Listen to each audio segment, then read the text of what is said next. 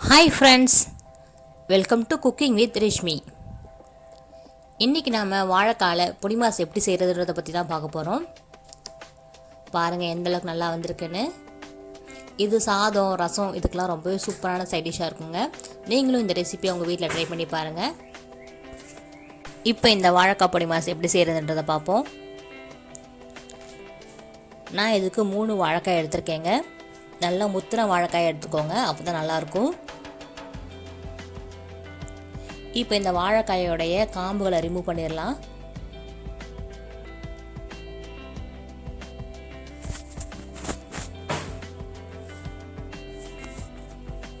இப்போ 3 வாழைக்காயோட காம்புகளை ரிமூவ் பண்ணியாச்சு. இதை 2 பீஸாக வந்து நம்ம கட் பண்ணிக்கலாம். இதை நம்ம வேக வைக்க போகிறோம்.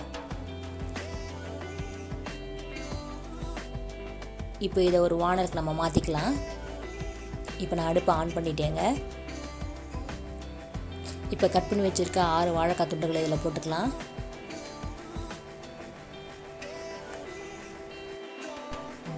இப்போ இந்த வாழைக்காலாம் முழுகிற அளவுக்கு நம்ம நல்லா தண்ணி ஊற்றிக்கலாம். அப்போ தாங்க எல்லா சைடும் ஈவனாக வேகும். இப்போ இந்த வாழைக்காய்க்கு தேவையான அளவு உப்பு சேர்த்துக்கலாம். நான் கல் உப்பு 1 டேபிள் ஸ்பூன் சேர்க்குறேன். இப்போ இந்த கல் உப்பு நல்லா கரைச்சி விட்டுக்கலாம்.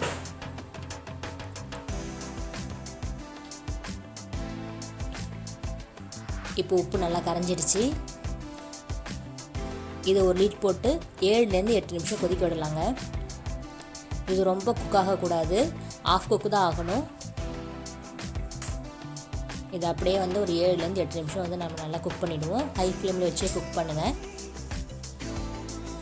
இப்போ 8 நிமிஷம் ஆயிடுச்சு. பாருங்கள், வாழைக்காய் தோலோட கலர்லாம் மாறிடுச்சு. இப்போ அடுப்பு ஆஃப் பண்ணிட்டேன். இந்த தண்ணியை வடித்து இதை நல்லா ஆற விட்டுடலாம். வாழைக்காய் வந்து ஆஃப் குக்கு தாங்க ஆகிருக்கணும். அதுக்கு மேலே குக் ஆகிருந்துச்சுன்னா நம்மளால் பொடிமா செய்ய முடியாது. இப்போ இதை நல்லா ஆறிடுச்சு. இதோட தோலெல்லாம் ரிமூவ் பண்ணுற பாருங்கள். வாழைப்பழத்தை உரிக்கிற மாதிரி தாங்க இருக்கும் இதை உரிக்கும் போது.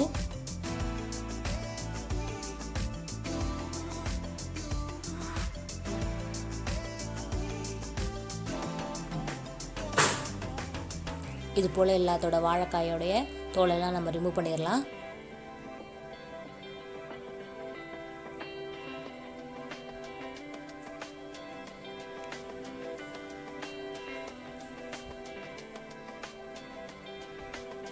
இப்போ எல்லாத்தையும் ரிமூவ் பண்ணியாச்சு.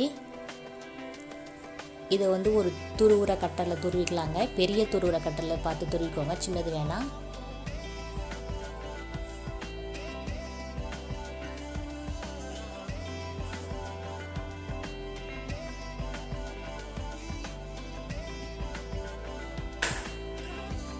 பாருங்கள் எந்த அளவுக்கு துருவி இருக்கேன்னு.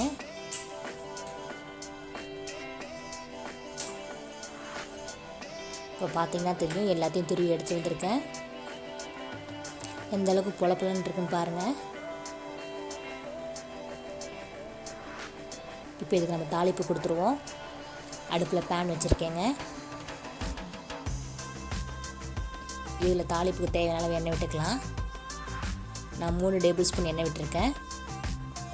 ஃபஸ்ட்டு 1/4 டேபிள் ஸ்பூன் கடுகு போட்டுக்கலாம். கடுகு பொரிஞ்சிட்ருக்கு. அடுத்து 1/4 டேபிள் ஸ்பூன் வெள்ளை உளுந்து போட்டுக்கிறேங்க.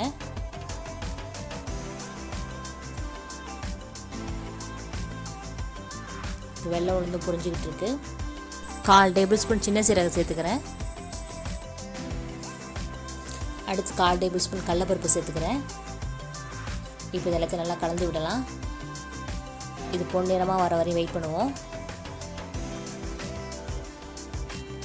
இப்போ நல்லா பொன்னிறமாக மாறிடுச்சு. அடுத்து நான் 3 மீடியம் சைஸ் வெங்காயத்தை சின்ன சின்ன தோடெல்லாம் கட் பண்ணி வச்சுருக்கேங்க, அதை சேர்த்துக்கிறேன்.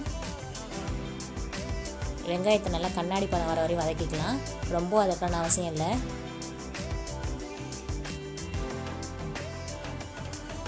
இப்போ வெங்காயம் நல்லா வதங்கிடுச்சு. அடுத்து நான் பச்சை மிளகாய் சேர்க்குறேன். 2 பச்சை மிளகாயை சின்ன சின்ன துண்டுகளாக கட் பண்ணி வச்சுருக்கேன். 6லேருந்து 7 கருவேப்பிலை சேர்த்துக்கிறேன். இப்போ இது எல்லாத்தையும் சேர்த்து நல்லா வதக்கிக்கலாம். அடுத்து தேவையான அளவு உப்பு சேர்த்துக்கிறேங்க. ஆல்ரெடி வாழைக்காயில் உப்பு சேர்த்துருக்கோம். 1/4 டேபிள் ஸ்பூன் மஞ்சத்தூள் சேர்த்துக்கிறேன். இப்போ மஞ்சத்தூளோட பச்சை வாசனை போக நல்லா வதக்கி விட்டுக்கலாம்.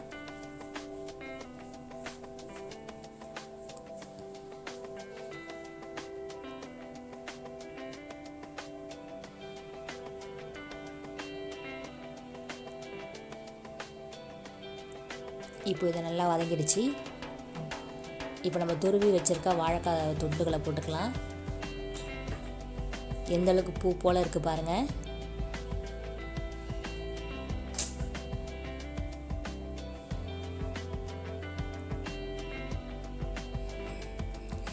நான் இப்போ எல்லாத்தையும் சேர்த்துட்டேன். இதை நல்லா அடியிலேருந்து கலந்து விடலாம்.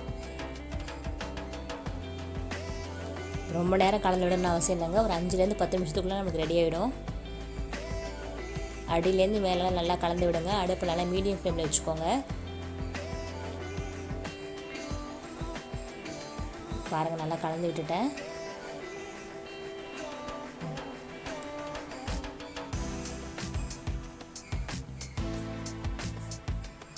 இப்போது இதை ரெடி ஆகிடுச்சுங்க.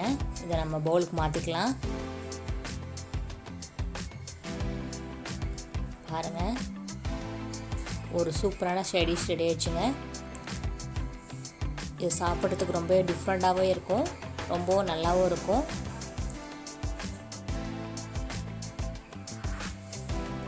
நீங்களும் உங்கள் வீட்டில் இந்த ரெசிபியை ட்ரை பண்ணி பாருங்கள். கண்டிப்பாக இந்த வாழைக்காய் பொடிமாஸ் உங்களுக்கும் பிடிக்கும். ஒரு சூப்பரான சைடிஷாக இருக்கும். இந்த வீடியோ உங்களுக்கு பிடிச்சிருந்தால் லைக் பண்ணுங்கள், ஷேர் பண்ணுங்கள், கமெண்ட் பண்ணுங்கள் அண்ட் சப்ஸ்கிரைப் பண்ணுங்கள். மறக்காமல் பெல் ஐக்கானை கிளிக் பண்ணுங்கள்.